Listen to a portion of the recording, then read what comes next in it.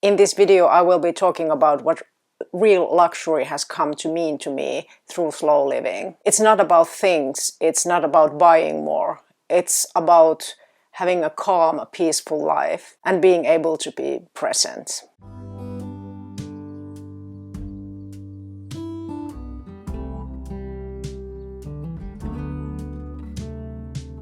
Hi, my name is Jana. Welcome back to my channel where I talk about slow living and my cozy and creative life in the Finnish countryside. Being able to create my own schedules. I work from home as a writer and I pretty much shape my own schedules.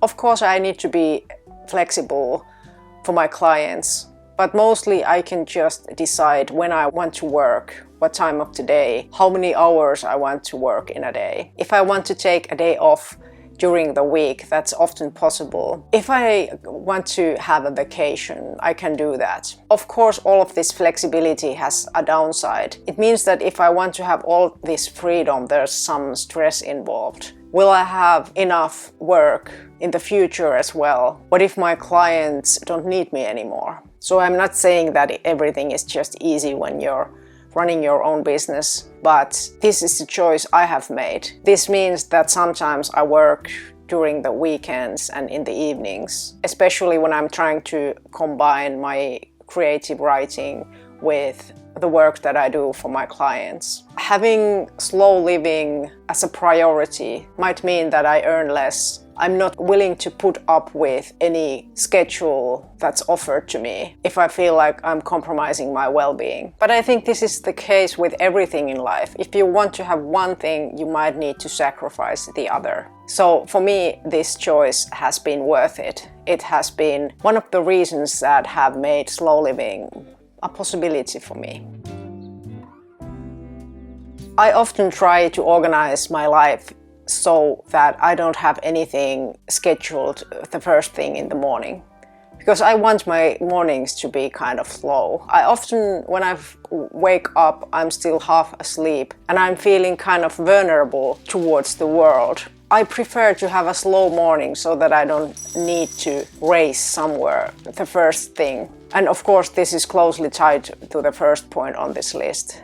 So being able to sleep as long as I want to and having a slow morning so that I can have time to probably wake up feels like a true luxury to me. No need to waste time on proving myself. For me, often this means not taking part in every argument, especially online or on social media. If you see that people are defending opinions that are not aligned with yours, just let it go. You don't need to prove to anybody that you're right. When people say nasty comments to you, sometimes it's just better to let it be. This happened to me just a few days ago with a person with whom I knew that me saying anything wouldn't change them in any way. They would just continue acting the same way, no matter what. And of course, sometimes you need to take care of your boundaries and let people know that you are not a doormat. But I think it's important to choose wisely when you're doing that and when you're just letting things slide. Because I realized with that person that what they said about me or to me had literally nothing to do with me. It had more to do with them. If they had the need to say something unfriendly to me, it was their problem, not mine. I didn't need to take it personally because I knew that it wasn't about me. And the same goes for discussions here at home with my family. My kids are 13 and 10, and of course they have a lot of arguments with each other and with me, and that's part of having kids. Sometimes they're really just picking a fight, and as a parent, if I can just stay calm and not be bothered, just listening to them and being there for them, but not going into the same mindset, that saves a lot of energy. It saves my mental energy. It helps me protect my own calm.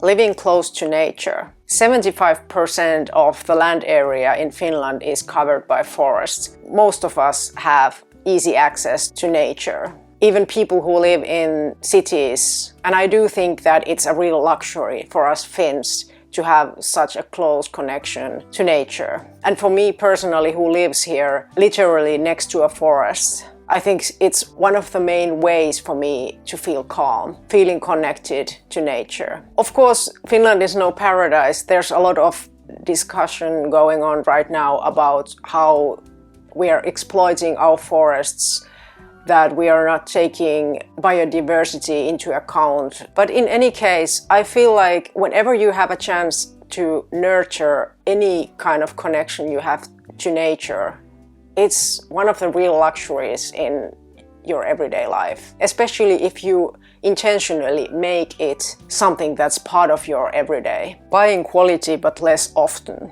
I feel like there's truth to the saying that if you buy cheap, you buy twice. I often feel like if I bought something really cheap, I regret it, because after even a few weeks I will need to replace the item with a new one. And that's just money wasted, and it's also bad for the environment. Of course, it's not always easy to buy quality items, because nowadays, in today's world, it's difficult to even know which products are of good quality, because the price doesn't always reflect quality at all. But what is certain is that if you buy something really cheap, it almost never is of good quality. What I find as a solution to this conundrum is buying things secondhand. When I go into a thrift store here in Finland, it's pretty easy to recognize items that were manufactured in the 80s or in the 90s or earlier. That's the time when they still manufactured things in Finland, and those were of excellent quality. But if I see vintage clothes like that, especially coats or something that you typically use for many years, I tend to buy them because they are things that were made well. And I think buying secondhand is one solution if you want to buy things that are made well but don't break the bank. Not rushing. In the modern life, I feel it's quite common to appreciate the feeling of being busy. Somehow it's like if you're busy, you're more valuable, you're important, you have an important life. But as someone who values slow living, I have tried intentionally to stop rushing. I've tried to remind myself that often the feeling of busyness is just a feeling. It's not necessarily the whole truth about your circumstances. And even when you have a lot to do, you still have the opportunity to take small moments and pause in between the tasks that you need to do. I've heard this phrase saying that the way you do one thing is the way you do everything. And I try to remember this when I'm, for example, noticing that I'm rushing when I'm brushing my teeth or when I'm eating or cooking. If I'm rushing with these small things, means that I have a life that feels busy, even when there's no real reason for busyness. I doubt that I will be able to brush my teeth any faster if I'm rushing. Or if I'm doing it like 15 seconds faster, does it really make a difference? So instead of rushing, I just try to take my time, slow down into the moment, and just remember that even this tiny moment is part of my life. It's not something to just tick off your list.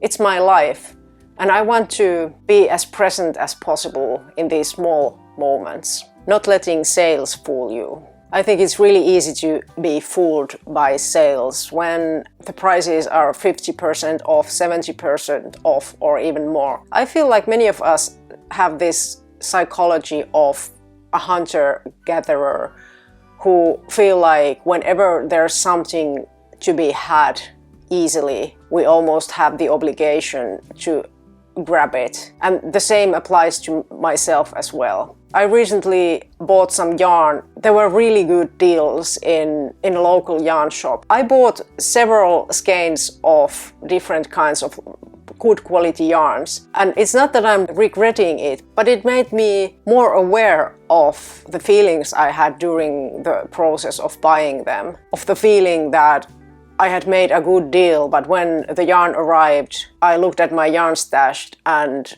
thought about how I already have quite a lot of yarn, so it wasn't exactly that I needed to buy more. And I feel like my goal in this would be to just learn to not care about any sales. But what about if you really need something, you have been planning to buy something for a long time? Isn't it just wise to wait until the item is on sale, so you will spend less money on something that you would have bought anyway? Well, yes, of course, but I just feel like we use this as a way to justify to ourselves that we really need something, when in reality we don't really need that item so badly at all. So this was a long list. I hope you have something to add, something to comment on. Feel free to do that in the comments section. But in any case, thank you for watching as always. Remember to take care of yourself. See you in the next video. Bye.